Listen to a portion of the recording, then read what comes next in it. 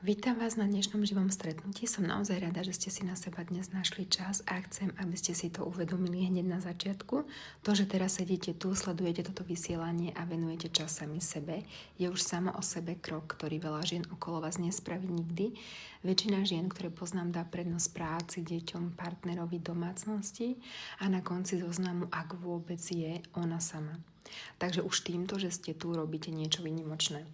Moje meno je Klaudia Pazgan, som nutričná terapeutka a som zakladateľkou NutriGlow klubu. Pracujem so ženami, ktoré riešia zníženú funkciu štítnej žľazy, Hashimoto, hormonálnu nerovnováhu alebo sú po onkologickej liečbe.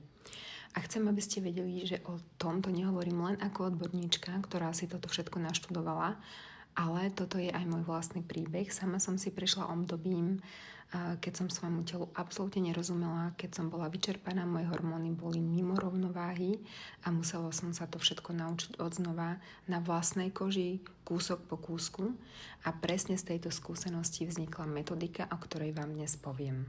Veľmi veľa z vás mi píše podobné veci a možno sa v nich spoznáte aj vy. Klaudia, som stále unavená, aj keď spím, neviem prestať jesť sladké večer, prejedám sa, aj keď sa snažím, nafúkujem sa po každom jedle, aj keď jem zdravo, nechápem, čo sa so mnou deje, ako by ma telo prestalo počúvať a práve je toto stretnutie na to. Chcem vám dnes ukázať, že vaše telo nie je pokazené a rozhodne nie je proti vám. Ono s vami hovorí, len sme sa nikdy poriadne nenaučili tú reč čítať a presne to je to, čo si dnes spolu krok po kroku osvojíme. Takže poďme sa na to pozrieť, čo nás dnes čaká. Prejdeme si 5 veľkých tém, do každej pôjdeme do hĺbky, nielen čo sa deje, ale aj prečo sa to deje vo vašom tele a čo s tým môžete konkrétne robiť. Poprvé, únava a nedostatok energie, vysvetlíme si, prečo sa dá byť vyčerpaná aj po 8 hodinách spánku. Po druhé, chute na sladké a večerné prejedanie sa, povieme si veľmi jednoducho vysvetlené, ktoré vám dá zmysel okamžite, teda po tretie, signály hormonálnej nerovnováhy, vlasy, teplota rúk, nôh, cyklus, nálada. Po štvrté, trávenie, nafúkovanie a zápaly. A po piaté, a toto je podľa mňa teda najdôležitejšia časť celého dnešného stretnutia, sa naučíme odlíšiť príčinu od následku. Teda ako neriešiť len to, čo sa deje na vrchu, ale to, čo sa deje skutočne vo vnútri vášho tela. Plný záver vám dám aj celkom konkrétne jednoduché kroky, ktoré si môžete zaradiť už zajtra ráno, hneď ako dopozeráte toto vysielanie. Mimochodom, pred týmto vysielaním ste od nás dostali na e-mail aj pracovný zošit, pokojne si ho vytlačte alebo si ho otvorte v telefóne a majte ho pri sebe. Počas dnešného stretnutia sa naň budem párkrát odvolávať. Je presne zostavený na to, aby ste si mohli priebežne zapisovať to, o čom si dnes budeme hovoriť. Odporúčam vám mať pri sebe papier a pero, ak si radšej píšete rukou, teda, tak poďme na to spolu. Skôr než sa pustíme do prvej témy, potrebujem vám povedať jednu vec, ktorá mi príde absolútne kľúčová a chcem, aby vám to dnes zostalo v hlave viac než čokoľvek iné, čo tu dnes zaznie.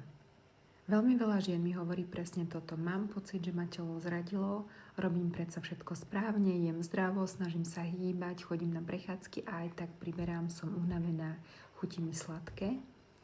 A ja tomuto pocitu rozumiem, lebo je to naozaj frustrujúce, keď máte dojem, že robíte všetko, čo sa dá a telo ako by vás neposlúchalo. Ale chcem vám ukázať úplne iný pohľad na celú vec a poprosím vás, aby ste si ho dnes odniesli domov. Predstavte si, že vaše telo je ako palubná doska v aute. Keď na palubovke zasvieti oranžová kontrolka, nikto z vás si nepovie, auto ma zradilo alebo auto je proti mne. Poviete si, aha, niečo mi chce povedať skôr, než sa stane väčší problém. Možno je to len málo oleja, možno treba dohustiť pneumatiku, ale nikto tú kontrolku nevyhodnotí ako útok na seba. A nikto sa kvôli nej necíti previnilo. A presne takto by sme mali pristupovať k signálom nášho tela. Únava nie je lenivosť, je to správa. Chuť na sladké nie je nedostatok vôle, je to signál. Nafúkovanie po jedle nie je normálne, veď si poviete, veď to má každý. Nie, je to informácia, ktorú vám telo posiela. Vypadávanie vlasov, studené ruky, zlá nálada, to všetko sú kontrolky na palubovke, nie dôkazy toho, že ste zlyhali. Prečo je to dôležité si uvedomiť? pretože spôsob, akým rozmýšľame o svojich symptómoch, priamo ovplyvňuje, ako sa k ním správame. Keď si myslíme, že vás telo zradilo, a reagujete frustráciou, prestaním sa alebo úplnou rezignáciou. Aj tak s tým nič nespravím. Ale keď pochopíte, že vám telo niečo hovorí, vaša reakcia sa mení na zvedavosť, čo mi to hovorí a čo s tým môžem urobiť. A práve táto zmena postoja je prvý neviditeľný, ale najdôležitejší krok k tomu, aby sa niečo naozaj zmenilo. Takže dnešná otázka neznie, prečo sa mi to deje, pretože to je otázka, ktorá vás len uzavrie do frustrácie a bezmocnosti a nikam vás neposunie. Dnešná otázka znie, viem to prečítať a presne toto sa dnes so mnou naučíte, aby ste to od dnes už vždy videli inak, pri každom jednom signáli, ktorý vám telo pošle. Prvá téma, na ktorú sa dnes pozrieme, je únava a nedostatok energie a hneď na začiatok vám chcem povedať niečo, čo možno veľa z vás prekvapí. Únava, o ktorej dnes hovoríme, nemá jednu jedinú príčinu. Je to výsledok súhry viacerých systémov v tele a keď pochopíte, ako to spolu súvisí, začnete si konečne rozumieť, namiesto toho, aby ste si hovorili, asi som len lenivá. Poďme sa najprv pozrieť na to, čo sa deje vo vnútri. Energiu vo vašom tele vyrábajú malé bunkové elektrárne, ktoré sa volajú mitochondrie. Sú v každej jednej bunke vášho tela a premieňajú živiny z jedla na energiu, ktorú telo vie použiť.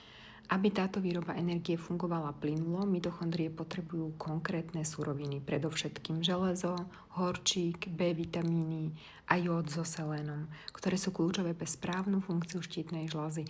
A práve štítna žľaza je ako taký hlavný dispečer, ktorý určuje, akým tempom majú tieto elektrárne pracovať. Keď je štítna žľaza oslabená, čo je veľmi časté práve pri autoimunitných ochoreniach ako Hashimoto, alebo po onkologickej liečbe, dispečer spomalí tempo na všetkých frontoch a vy to pocítite ako celkovú ťažkú vatovú únavu, ktorá je tam aj ráno, aj keď ste spali dosť.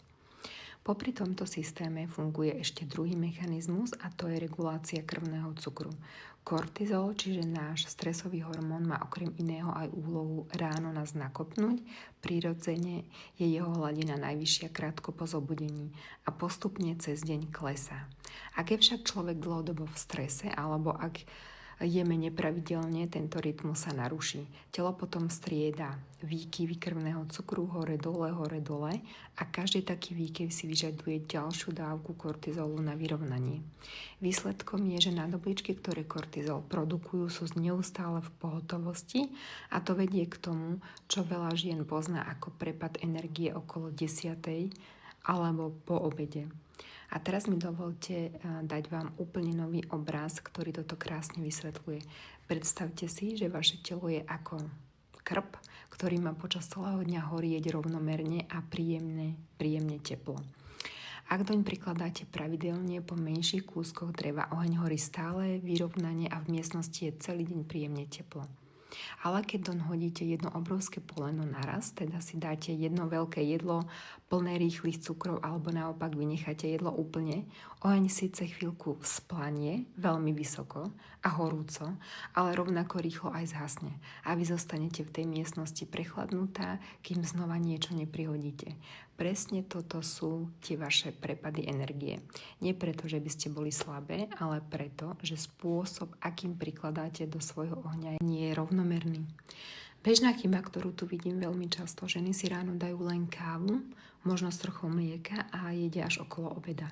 To je presne to veľké prázdno, po ktorom oheň úplne vyhasne a telo potom siaha po najrýchlejšom dostupnom palive, čo je spravidla niečo sladké alebo múčne, aby aspoň na chvíľu doplnilo energiu. A potom sa celý kolotoč opakuje. Čo teda robiť, aby ste tento oheň udržali rovnomerne? Poprvé, praktický krok na zajtra, dajte si raňajky s poriadnou porciou bielkoviny do 1 hodiny po zobudení. Bielkovina sa trávi pomaly a dodáva palivo postupne. Presne ako menšie, kvalitné kúsky dreva. Po druhé, snažte sa jesť v pravidelných intervaloch, ideálne každé 3 až 4 hodiny, aby oheň nikdy úplne nevyhasol.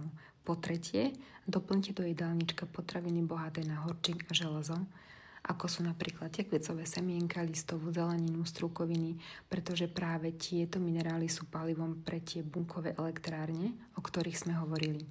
A po štvrté, skúste si všímať svoj spánkový rytmus, chodiť spať a vstávať v podobnom čase, pretože práve toto pomáha kortizolu držať svoj prirodzený zdravý rytmus.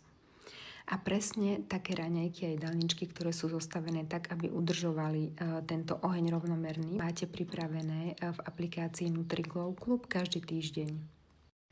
Druhá téma je asi tá, na ktorú sa ma pýtate najviac zo všetkých. Chute na sladké a hlavne večer. Cez deň ste úplne v pohode, ale večer sa neviete zastaviť. Poďme sa na to pozrieť poriadne do hĺbky, pretože za tým stojí niekoľko mechanizmov naraz. Keď ich pochopíte, prestanete si to brať osobne. Prvý mechanizmus je čisto biochemický, kolísanie krvného cukru. Keď zjete niečo s vysokým obsahom rýchlych cukrov alebo keď dlho nejete, hladina cukru v krvi urobí prudký výkyv. Telo na to reaguje vyplavením inzulínu, ktorý cukor rýchlo zoženie dole, kedy až príliš rýchlo a vy sa ocitnete v mierne hypoglykémii, teda nízkom krvnom cukre. A práve v tejto chvíli telo vyšle poplach cez hormóny ako adrenalín a glukagón, ktorý doslova kričia: potrebujeme cukor a to hneď. Toto nie je otázka charakteru, je to priama biochemická reakcia, ktorú neviete premýšľaním obísť. Druhý mechanizmus je spojený s večerným poklesom kortizolu. Kortizol prirodzene cez deň klesá a večer je jeho hladina najnižšia. To je samo o sebe v poriadku a zdravé. Lenže ak je telo počas dňa nedostatočne nakrmené, teda ak jete nepravidelne málo bielkovín alebo dlho nič, večer sa tento prirodzený pokles kortizolu stretne s vyčerpanými zásobami energie a výsledkom je veľmi silná túžba po rýchlom zdroji paliva. Tretí mechanizmus je psychologický, ale rovnako reálny. Je to tzv. Únava z rozhodovania. Po celom dni, keď ste urobili desiatky malých aj veľkých rozhodnutí, je vaša schopnosť odolávať pokušeniam večer prirodzene najnižšia. To nie je slabá vôľa, to je jednoducho vyčerpaný sval sebaovládania, ktorý funguje ako každý iný sval. Po celodennom používaní je proste unavený. A napokon štvrtý mechanizmus súvisí s tým, že cukor aktivuje v mozgu dopamínové centrá, odmeny, dáva rýchly, krátky pocit potešenia. Ak je váš deň plný stresu, frustrácie alebo len všeobecnej vyčerpanosti, mozog si prirodzene siahá po najrýchlejšej dostupnej odmene a to je práve sladké. Dnes vám chcem dať úplne nový obraz, ktorý toto všetko krásne spája. Predstavte si svoju energiu počas dňa ako mesačný rozpočet. Keď si peniaze počas mesiaca rozumne rozvrhnete pravidelne v menších sumách, na to, čo potrebujete, vystačíte si až do výplaty bez problémov. Ale keď miniete na začiatku mesiaca všetko na veľké nákupy, alebo naopak nemíňate vôbec a šetríte do nekonečna, do konca mesiaca sa dostanete do mínusu. A vtedy nemáte na výber. Musíte si zobrať rýchlu pôžičku, hoci vieme, že bude mať vysoký úrok. Presne toto je tá chuť na sladké večer. Je to energetická pôžička s vysokým úrokom. Dávam rýchlu injekciu energie práve teraz, ale splácate ju neskôr horším spánkom, ranným prepadom, zápalom v tele a ešte silnejšou chuťou na sladké na druhý deň. A to, ako sa dlhodobá špirála prehlbuje, ak si stále požičiavate presne, tak sa prehlbuje aj táto chuť na sladké, ak ju riešite len sladkosťou znova a znova. Aká je teda bežná chyba? Veľa žien mi hovorí, cez deň jem prísne, málo, snažím sa byť dobrá a nejesť veľa. A presne to je problém. Prísne nedostatočný príjem cez deň je presne to nemíňanie počas mesiaca, ktoré vás donúti k večernej pôžičke. Dieta počas dňa a prejedanie sa večer nie sú dva oddelené veci. Je to ten istý mechanizmus. Čo teda robiť inak? Poprvé, praktický krok na zajtra: ku každému jedlu, aj k tej najmenšej desiate si doprajte bielkovinu a zdravý tuk. Nielen sacharidy. To je vaše budžetovanie energie rovnomerne počas dňa. Po druhé, nikdy nevynechávajte obeď s odôvodnením, že si šetrite kalórie na večer. Presne to je najistejšia cesta k večernej pôžičke. Po tretie, ak viete, že večer prichádza chuť na sladké pravidelne, pripravte si vopred zdravšiu alternatívu, napríklad horkú čokoládu s vysokým obsahom kaká alebo malú porciu ovocia s orechami, aby ste mozgu dali tú odmenu, ale bez toho drastického výkyvu cukru. A po štvrté, venujte pozornosť aj spánku a stresu, pretože oba priamo ovplyvňujú hladinu kortizolu a chute nasledujúci deň. A teraz mi dovolte povedať vám najdôležitejší moment dnešného večera k tejto téme. Nie ste slabá, nemáte zlú vôľu a nemusíte sa za tie chute hanbiť. Je to čistá biochémia. Biochémiu vieme cieľene ovplyvniť správnou kombináciou jedla. A presne takéto jedálničky, kde je pri každom jedle premyselná kombinácia bielkoviny, tuku a sacharidov, presne na stabilizáciu cukru máte pripravené v klube každý týždeň, aby ste sa nad tým ani nemuseli zamýšľať, len si to navariť. A ešte jednu dôležitú vec vám chcem k tejto téme povedať, lebo je to naozaj vzácne. A v sekcii bonusy máte ako členky úplne zadarmo na stiahnutie e-book o emocionálnom jedení, presne o tom, prečo vzniká chuť na sladké aj na slané, čo sa v tele vtedy deje a čo konkrétne s tým robiť. Sú tam jednoduché praktické tipy, ktoré si viete hneď zajtra vyskúšať. Je to naozaj vďačné čítanie, tak si ho určite nájdete a prečítajte. Pomôže vám presne prepojiť to, o čom sme si dneska hovorili. Tretia téma sú hormóny a tu si musíme povedať niečo dôležité hneď na úvod. Hormonálna nerovnováha sa nikdy neprejaví len jedným príznakom. Vypadávajú vám vlasy, máte stále studené ruky a nohy, aj keď je teplo, cyklus vám chodí nepravidelne alebo máte silné výkyvy nálad. Toto všetko môže byť súvisiace signály jedného väčšieho príbehu a poďme sa pozrieť, prečo to tak je. Vo vašom tele fungujú v podstate 3 veľké hormonálne osy, ktoré sa neustále navzájom ovplyvňujú. Prvá os je hypofýza nad obličky, ktorá riadi produkciu kortizolu, teda nášho stresového hormónu. Druhá je os hypofýza štítna žľaza, ktorá riadi metabolizmus, teplotu tela, energiu. A tretia os je hypofýza vaječníky, ktorá riadi menštruačný cyklus a hormóny ako estrogen a progesterón. Tieto 3 osy zdieľajú spoločné suroviny a spoločné riadiace centrum v mozgu. A keď jedna z nich dlhodobo preťažená, ovplyvní to aj tie ostatné. Napríklad, keď je telo dlhodobo v strese a musí neustále vyrábať veľké množstvo kortizolu, pravdepodobne prednostne presmeruje suroviny práve na výrobu kortizolu na úkor produkcie pohlavných hormónov. To je jeden z dôvodov, prečo ženy pod chronickým stresom bežne pozorujú nepravidelný cyklus, silnejšie PMS alebo zhoršenie príznakov v perimenopauze. Podobne to funguje aj so štítnou žľazou. Keď je telo v strese, kortizol môže brzdiť premenu hormónu T4 na jeho aktívnu formu T3, ktorá je tá, čo skutočne naštartuje bunky k práci. Výsledkom je, že aj keď má žena na papieri napísané normálne hormóny štítnej žľazy, telo ich nevie efektívne využiť a prejaví sa to presne týmito príznakami, čo sme spomínali. Studené ruky, nohy, a pretože telo šetrí teplo pre životne dôležité orgány, vypadávanie vlasov, pretože vlasové folikuly nie sú prioritou v čase nedostatku energie a zmeny nálady, pretože hormóny priamo ovplyvňujú aj neurotransmitery ako serotonín. Aby som vám to spojila do jedného obrazu, predstavte si svoje hormóny ako veľký orchester. Štítna žľaza, kortizol, estrogen, progesterón, to všetko sú hudobníci, ktorí musia hrať spolu v rovnakom rytme. Aby skladba znela krásne, dirigent tohto orchestra sedí v mozgu, v malej žľaze zvanej hypofýza a posiela signály, kedy má ktorý nástroj hrať hlasnejšie a kedy tichšie. Keď jeden hudobník, povedzme štítna žľaza, hrá trochu falošne alebo nedodržiava tempo, nepočujete to izolovanie. Ako keby hral sám, počujete, že celá skladba znie nejako inak. Trochu rozladenie, presne preto sa hormonálna nerovnováha ukazuje na viacerých miestach naraz a nie na jednom a presne preto nemá zmysel riešiť len vypadávanie vlasov mimo kontextu celého tela. Bežná chyba, ktorú tu vidím, ženy idú s jedným symptómom za jedným špecialistom, s vlasami ku kaderničke alebo dermatológovi, s náladou k psychológovi a s cyklom ku gynekológovi. Ale nikto sa nepozrie na celý obraz naraz. Každý rieši svoj jeden nástroj, ale nikto nepočúva celý orchester.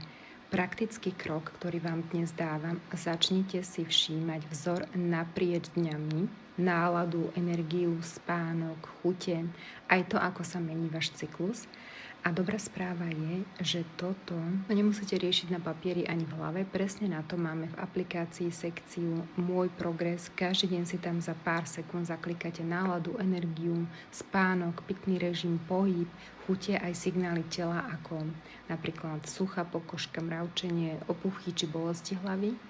A to najkrajšie prichádza raz týždenne. Aplikácia vám sama vyhodnotí týždennú reflexiu, kde vám napíše, čo sa vám zlepšilo, kde ste boli konzistentné a na čom treba popracovať, kde by ste sa mali jemne pochváliť. Nemusíte nič počítať sami. Okrem trakovania odporúčam aj niekoľko konkrétnych krokov. Snažte sa udržiavať pravidelný spánkový rytmus, pretože práve on najviac stabilizuje kortizol. Obmedzte nadmerný príjem kofeínu popoludní, pretože ten dodatočne zaťažuje nadobličky. A doplňte do jedálnička potraviny bohaté na jód, selén a zinok, morské riasy, napríklad paraorechy, tekvicové semienka, ktoré sú kľúčové práve pre správnu funkciu štítnej žľazy. A teraz to podstatné posolstvo. Jeden symptóm sám o sebe vám takmer nič nepovie. Ale keď vidíte súvislosť naprieč viacerými signálmi presne tak, ako vám ich ukáže vaša týždenná reflexia v aplikácii, obraz sa vyjasní úplne inak. Toto je presne dôvod, prečo som Môj progres sekciu do klubu zaradila, aby ste si toto prepájanie nemuseli robiť v hlave, ale mali ho pred sebou čierne na bielom každý týždeň. Štvrtá téma, trávenie, nafúkovanie, zápaly a hneď na úvod chcem zbúrať jednu veľmi rozšírenú milenú predstavu. Nafúkovanie po jedle nie je normálne. Aj keď ho má skoro každá druhá žena okolo vás, aj keď vám možno niekto povedal, že to má každý. Poďme sa pozrieť, čo sa v čreve vlastne deje. Vaše črevo nie je len trubica, cez ktorú prechádza jedlo. Je to obrovský ekosystém, v ktorom žijú bilióny baktérií, spoločne nazývaných mikrobión. Tieto baktérie nám pomáhajú tráviť jedlo, vyrábajú časť vitamínov a čo je možno prekvapivé, až 70% nášho imunitného systému sídli práve v stene čreva. Keď je tento ekosystém v rovnováhe, trávenie prebieha hladko, živiny sa vstrebávajú efektívne a telo potom funguje pokojne. Ale keď je ekosystém narušený, čo sa volá dysbióza, začnú prevažovať baktérie, ktoré produkujú nadmerné množstvo plynu alebo dráždia črevnú stenu. A to je presne to, čo pociťujete ako nafúkovanie, krče alebo nepravidelné trávenie. Dôležitú úlohu tu hrá aj nervový systém. Trávenie je riadené tzv. Parasympatickým, teda oddychovým nervovým systémom. Telo potrebuje byť v pokojnom, uvoľnenom stave, aby mohlo efektívne vylučovať tráviace enzymy a žalúdočnú kyselinu. Keď ste v strese, v ponáhľaní, jete pri počítači alebo za volantom, telo je v tzv. Sympatickom režime, teda v režime útoč alebo uteč. A v tomto režime doslova potláča trávenie, pretože z pohľadu prežitia je trávenie v tej chvíli menej dôležité ako útek pred nebezpečenstvom. Výsledkom je nedostatočné trávenie aj tej najzdravejšej stravy a to jedlo potom v čreve skôr kvasí, než sa poriadne trávi. K tomu sa pridáva aj otázka konkrétnych spúšťačov. Niektoré ženy zle reagujú na mliečne výrobky, nálepok, iné na niektoré druhy zeleniny, ktoré vo zvýšenej miere obsahujú látky dráždiace citlivé črevo. Aby som vám to spojila do jedného obrazu, predstavte si svoje črevo ako záhradnú pôdu, keď je pôda zdravá, plná prospešných mikroorganizmov a dažďových červov, ktoré ju prevzdušňujú, aj tá najobyčajnejšia rastlinka v nej vyrastie krásne a silne. Ale keď je pôda vyschnutá, upkatá alebo dlho ošetrovaná chemikáliami, ani tá najkvalitnejšia, najdrahšia sadenica sa v nej nechytí. Nezáleží na tom, aké dobré semienko do nej dáte. Ak je pôda v zlom stave, presne to isté aj s vašim jedlom. Môžete jesť tú najzdravšiu stravu na svete, ale ak je vaše črevo podráždené v strese alebo v zápale, telo z nej jednoducho nevie vziať to, čo potrebuje a výsledkom je nafúkovanie, ťažoba, únava po jedle. Bežná chyba, ktorú tu vidím veľmi často, ženy jedia rýchlo, poriadne nepohryznuté jedlo v strese medzi dvoma poradami alebo za volantom. Aj to najkvalitnejšie jedlo sa potom zle trávi, pretože telo nemá priestor prepnúť sa do takého pokojného tráviaceho režimu. Praktický krok na najbližšie 3 dni. Všímajte si a zapisujte si, po ktorých konkrétnych jedlách sa nafúkujete najviac. Nemusíte hádať ani čítať desiatky článkov na internete, vaše vlastné telo vám to ukáže samé. Stačí sa na 3 dni pozorne pozorovať, popri tom skúste aj tieto veci, jedzte pomaly a poriadne prežúvajte aspoň prvých 5 minút jedla, nechajte telefón bokom, aby ste sa mohli na jedlo naozaj sústrediť. A ak je to možné, doprajte si po jedle pár minút pokoja, namiesto toho, aby ste hneď vyrážali do ďalšej aktivity. A teraz to najdôležitejšie posolstvo tejto témy. Vôbec nejde o to jesť menej, ide o to nájsť, čo presne škodí práve vašej pôde, a to je u každej ženy iné. A teraz sa dostávame k poslednej a podľa mňa vôbec najdôležitejšej téme celého dnešného stretnutia. Ako odlíšiť príčinu od následku. Ak si celého dnešného večera zapamätáte len jednu vec, nech je to práve táto. Poďme sa najprv pozrieť, prečo vlastne máme tendenciu riešiť len následok. Je to úplne prirodzené, keď máme bolesť hlavy, siahneme po tabletke, pretože chceme úľavu hneď teraz a nie o 3 dní. Náš mozog je nastavený hľadať rýchle riešenie, pretože rýchle riešenie znamenajú okamžitú úľavu od nepríjemného pocitu. Problém je, že táto rýchla úľava často zamaskuje signál, ktorý nám telo posiela a my sa tak nikdy nedozvieme, čo sa deje v pozadí. Veľmi často, aj to vidím stále dookola, riešite iba to, čo je na vrchu. Únavu si vyriešite kávou, nafúkovanie si vyriešite tabletkou na trávenie, bolesť hlavou si vyriešite analgetikom, bez toho, aby ste sa opýtali, či sme dosť pili, dosť sme spali, alebo či sme možno v strese. Chute na sladké, ako to vyriešime, tak, že si dovolíme čokoládu a potom si to vyčítame. Ale to je ako keby sme riešili len vrchol ľadovca a úplne ignorovali to obrovské, čo je pod hladinou, a pod hladinou sa medzi tým môže ďalej prehlbovať to, čo daný symptóm vlastne spôsobilo. Predstavte si požiarny alarm doma, zapípa, je hlasný, otravný, chcete, aby prestal. Najnovšie riešenie je vybrať mu batériu a hluk okamžite zmizne. Je ticho, máte pokoj, ale oheň, ktorý ten alarm spôsobil, horí ďalej niekde v byte, bez toho, aby ste o tom vedeli, pretože ste práve umlčali jediné, čo vás na to upozorňovalo. Presne toto sa deje, keď potlačíme symptóm, namiesto toho, aby sme sa spýtali, prečo vlastne zaznel. A tu je druhý príklad, ktorý mi príde rovnako výstižný. Predstavte si, že máte doma prasknutú vodovodnú rúru a voda preteká cez strop do obývačky. Môžete si kúpiť vedro a chodiť to vytierať každý deň. A áno, na chvíľku bude v obývačke sucho, ale kým neopravíte tú prasknutú rúru, voda bude tiecť ďalej a jedného dňa vám celý strop spadne. Presne takto fungujú aj chronické symptómy v tele. Dočasné vytieranie príznakov nikdy nevyrieši to, čo tečie v pozadí. Prečo je toto prepojenie tak dôležité práve pri témach, o ktorých sme dnes hovorili? Pretože únava, chute na sladké, hormonálna nerovnováha a problémy s trávením majú veľmi často spoločný koreň. Chronický, nízkoúrovňový zápal v tele, dlhodobý stres alebo nerovnováhu v mikroživinách. Keď riešite len jeden izolovaný symptóm, môžete sa cítiť lepšie na týždeň, na mesiac, ale ak sa nepozrieme na koreň, symptómy sa vrátia často v inej podobe. Praktický krok, ktorý si odneste na budúce, keď pocítite akýkoľvek symptóm, únavu, nafúkovanie, chuť na sladké, bolesti hlavy, čokoľvek, skúste sa najprv spýtať, čo sa dialo v mojom tele posledné dni predtým, než sa to vlastne celé objavilo, ako som spala, čo som jedla, bola som v strese, mala som dostatok tekutín. Táto jedna otázka dokáže úplne zmeniť to, ako svojmu telu rozumiete. A ak si túto otázku budete klásť pravidelne a zapisovať si odpovede, napríklad práve cez môj progres v aplikácii, po pár týždňoch pred sebou uvidíte vzor, ktorý vám ukáže presne to, čo jeden izolovaný deň nikdy neukáže. Poďme si teraz všetko, čo sme si dnes povedali, zhrnúť do 5 úplne konkrétnych krokov, ktoré si môžete zaradiť už zajtra ráno. Ku každému vám poviem aj krátko, prečo funguje, aby ste to nerobili len mechanicky, ale rozumeli, čo tým vlastne svojmu telu dávate. Prvý krok. Bielkovina do 1 hodiny po zobudení. Toto je základ, pretože bielkovina sa trávi pomaly a dodáva telu palivo postupne. presne ako to prikladanie menších kúskov dreva do kachly, do krba, o ktorom sme hovorili. A vďaka tomu vám energia vydrží stabilná na celé dopoludne, namiesto toho, aby ste sa spoliehali len na kávu. Druhý krok, bielkovina a zdravý tuk ku každému jedlu, nielen k raňajkám. Toto vám pomôže vyhnúť sa v tej večernej energetickej pôžičke, o ktorej sme hovorili pri chuti na sladké.